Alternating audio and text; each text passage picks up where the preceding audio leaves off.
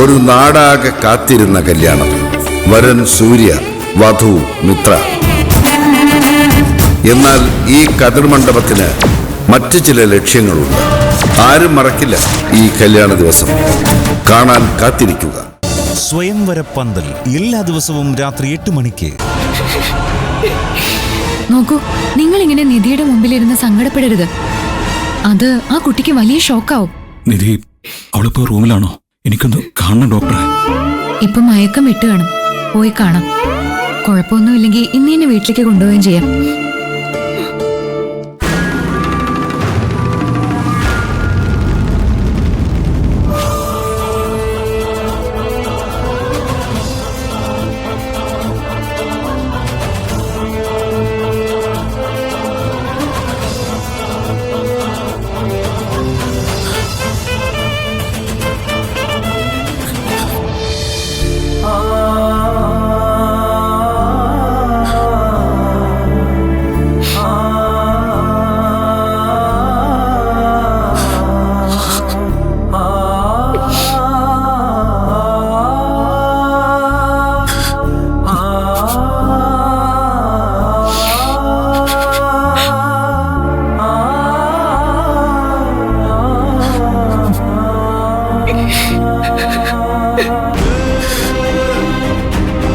എന്റെ ഗൗതം ഒരച്ഛനാവാൻ പോവാ.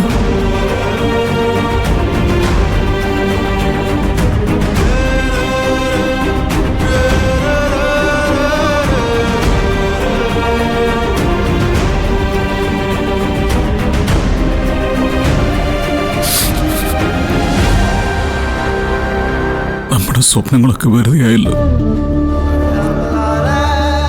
ഒന്നും നടക്കാൻ പോകുന്നില്ല എന്ന് ഞാൻ എങ്ങനെ നിന്നോട് പറയും? മോനെ, നീ കരയരുത്. കരഞ്ഞ അതായിരിക്കും അവളുടെ ഏറ്റവും വലിയ വിഷമം.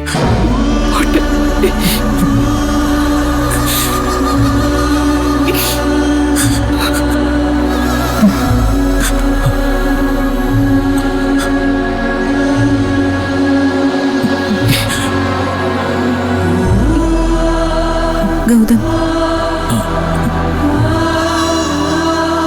എന്താ ഗൗതം, ഡോക്ടർ എന്ത് പറഞ്ഞു? പ്രഗ്നൻസി കൺഫേം ചെയ്ത് പറഞ്ഞോ? കുഴപ്പമൊന്നുമില്ലല്ലോ?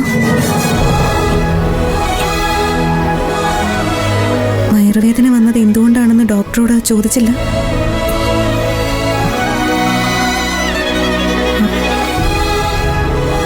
എന്താ ഒന്നും മിണ്ടാത്തേ?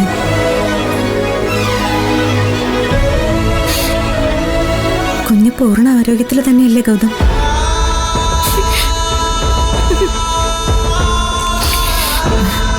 കേൾക്കാൻ കൊതിയായി എനിക്ക്. ഡോക്ടർ എന്തൊക്കെ പറഞ്ഞു?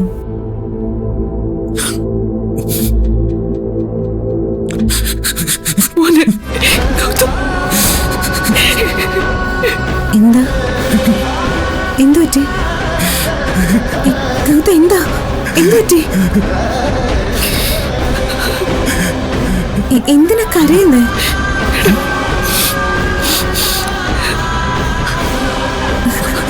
ഒന്ന് പറയുന്നുണ്ടോ?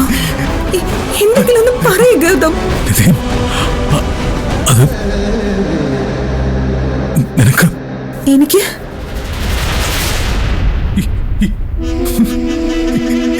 എല്ലാം കഴിച്ചു പോയി നിധി.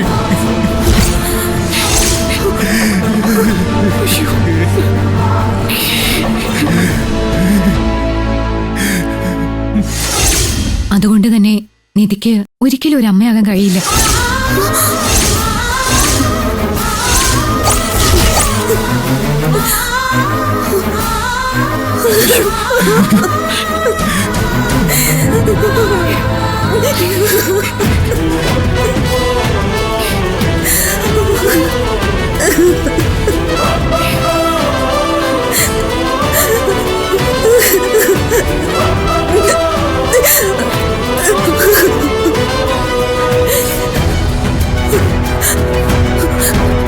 അപ്പൊ ഇനി ഒരിക്കലും എനിക്കൊരു കുഞ്ഞ് ജനിക്കില്ല ഗൗതം. പറയും ഗൗതം, പറയും ഗൗതം.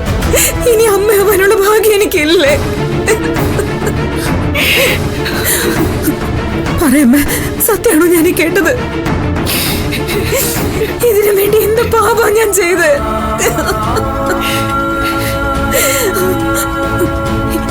എനിക്കിത് വിശ്വസിക്കാൻ പറ്റുന്നില്ല. എന്താ എനിക്ക് പറ്റിയത്? ഞാനിത് വിശ്വസിക്കില്ല. ഇല്ല, അല്ല, ഇത് സത്യമല്ല. ആര് പറഞ്ഞാലും ഞാനിത് വിശ്വസിക്കില്ല. ഇല്ല, ഇതൊക്കെ വരെ സ്വപ്നം. ഇത് സ്വപ്നം കണ്ടതാ. ഇതൊക്കെ വെറും സ്വപ്നമാ, സത്യമല്ല. ദൈവമേ, ഈ കേട്ടതൊക്കെ വെറും സ്വപ്നമായി തീരണേ. ഒന്നും സത്യമായിരിക്കരുത്. എന്റെ ദൈവമേ, എന്ത് ശിക്ഷയായത്?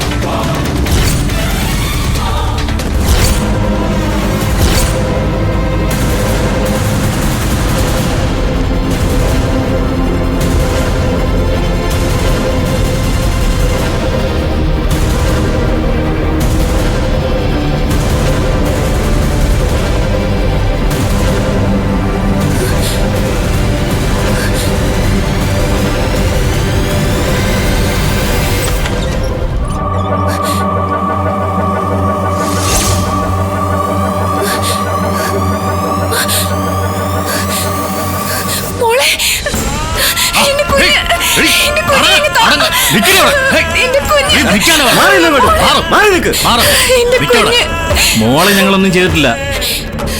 ഇന്നലെ രാത്രി നന്നായിട്ട് ഭക്ഷണമൊക്കെ കഴിച്ചു. ടെൻഷൻ ആവില്ലേ ഡോക്ടറെ? നിങ്ങളുടെ മാഡം പറഞ്ഞതൊക്കെ ഞാൻ ചെയ്തിട്ടുണ്ട്. എന്റെ മോളെ എനിക്ക് വേണം. അഴിച്ചു വിട എന്റെ കുഞ്ഞിനെ.